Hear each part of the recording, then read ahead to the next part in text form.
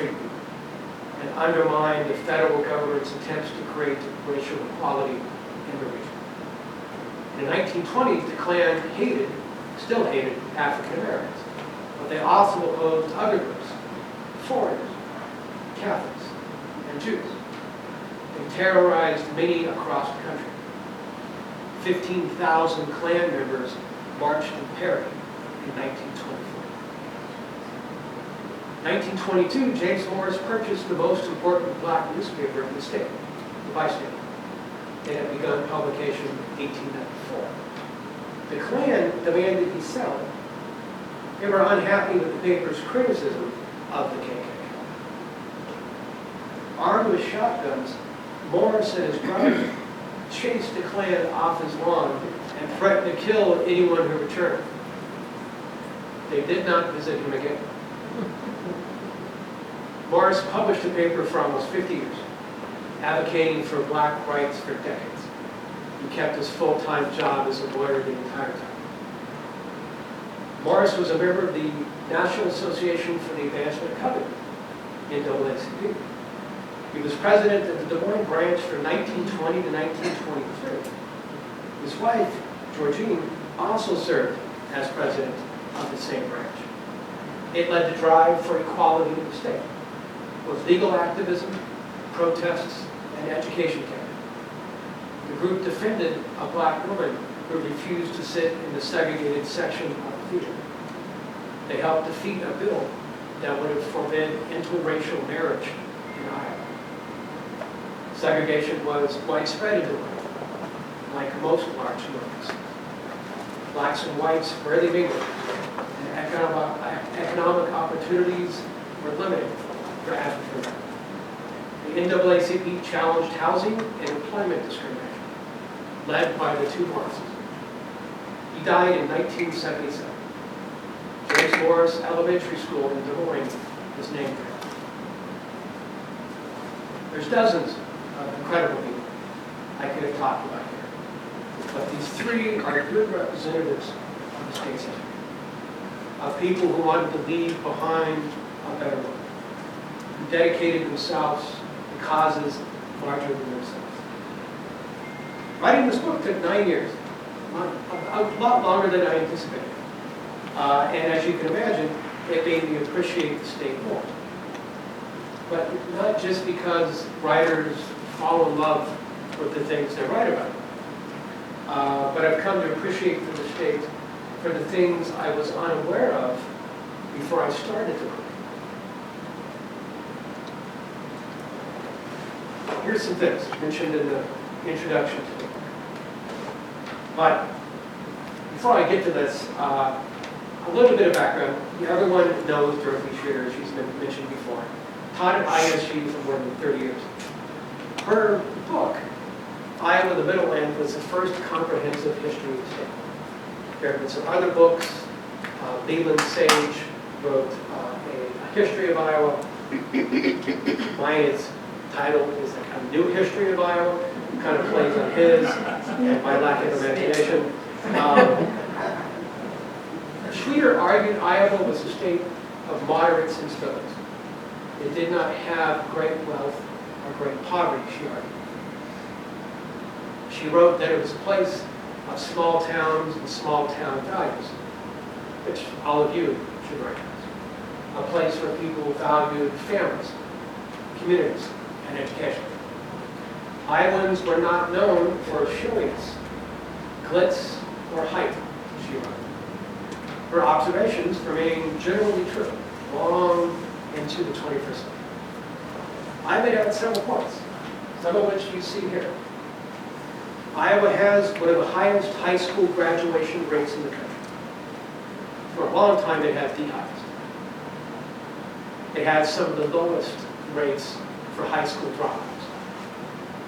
Iowa has one of the highest rates of marriage, and also one of the lowest of divorce. The state has one of the highest labor participation rates. It has some of the highest voter participation rates in the country. Economic mobility is also higher in Iowa in the late 20th and early 21st century than most other states, based upon in excellent K-12 and higher education. Now, of course, there's stark disparities in this country and the state, which reflect inequalities everywhere. Iowa's not perfect, but it's pretty good. And I'm glad to live here. And I'm happy to write the book. So thank you for listening, and I will be glad to take questions after I suggest to you to maybe your local high school or middle school should have a copy in the library. Brings the history of the state up to date. Or, I know there are copies here, but if you happen to be in a county where maybe one's not available in the library, suggest it. So anyway, okay. Thank you for listening. Glad to take questions. I don't think I rambled on for too long. I should have at least 2 hours for questions. Thank you.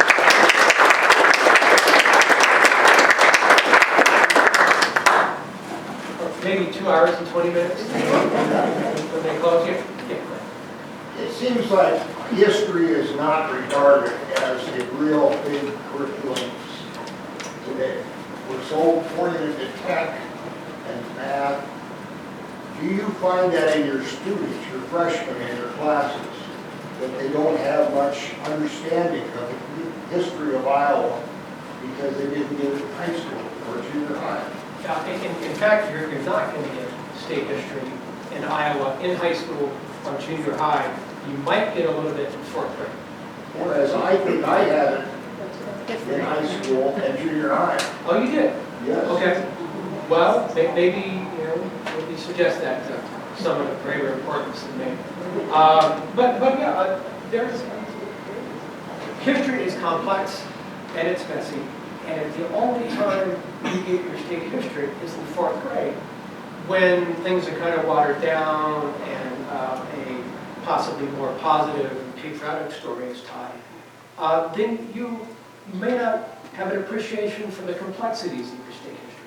You might not know how incredibly important Iowa's education system has been in creating the place where we live, which in 1900 was tied for first place for the highest literacy rate in the country. Iowa's one-room schools provided a fantastic education, one of the best in the states. And the state has never spent a huge amount of money in education. Many places don't. But it is always, it's been always seen as important. That all of us here are literate because we went to school. You guys are all here with an interest in history because of what you've read or who you've talked to or what you've seen. All of us here benefit from the educational opportunities that this state provided us, or in my case, California provided me. But my students don't know much about Iowa history at all in freshman level classes, and I often don't have time to talk too much about it. So Iowa history is a 300 level class. You usually take it in college. It is an option. It's often taught in the summer. I'll teach it in the spring this next year, and it's taught online. So what I'm doing with you right now is not what I usually do in the spring, but what that does is it provides students who take classes from anywhere in the world. I've had students from India. I had a student 7 or 8 years ago who was on a destroyer in the Mediterranean, who is taking my Iowa history class online. So there are advantages for online classes in providing opportunity to those who can't be on campus. Yeah, long answer. Rick, I think you had a question. The Women's Christian Temperance Union, why use the word temperance? Temperance means moderation. It doesn't mean abolition. What is that title? Because temperance was the synonym for no alcohol consumption at all. Even if today I think it has evolved to mean moderation. It's a good question. Maybe an English professor who does linguistics can give you a better answer than I can. It's a great question. I have a question. Oh, I'm sorry. Yeah. When I was in grade school, we studied history, which I liked, but there was no Iowa history. It was national history and our world, just the America history. I don't remember studying Iowa history. It might have been mentioned briefly, but not fully. And in high school, there was history, but it was not like what we were talking about, what I'd like to know now about a lot of those things. It was history, and I loved history. And the people thought I was nuts for taking the class, because they were more interested in the new model of the technology and all of that stuff that's coming around so fast, like everything that's gone taken over. There's no secrecy anymore with all of the things that you say. But history was not heavily taught. It gets pushed out of the curriculum Yes. in K-6 at elementary school especially, because social studies it's not math, it's not science, it's not English, it's not something that is tested. The STEM fields, science, technology, engineering, mathematics, are especially hot now with the technology-infused world we live in, AI and such. And you may not have had Iowa history in elementary school because Dorothy Schrader and Tom Moraine had not published a book yet. which I think they're the last edition, 2010 editions going back at least a couple decades. But this might have been, there were some, this is the first one I think directed at elementary schools, and you'll still see this. I was in grade school in 1930s. We in our school, Okay, yeah. we in our school had Iowa history in the fourth grade. Yeah. And I remember it very well, so different paths where the different treaties were done through the center and Indian wars and some of that stuff. As far as going into government very much, we did not go into the governors like what we had take place in Claremont, Iowa and that kind of stuff.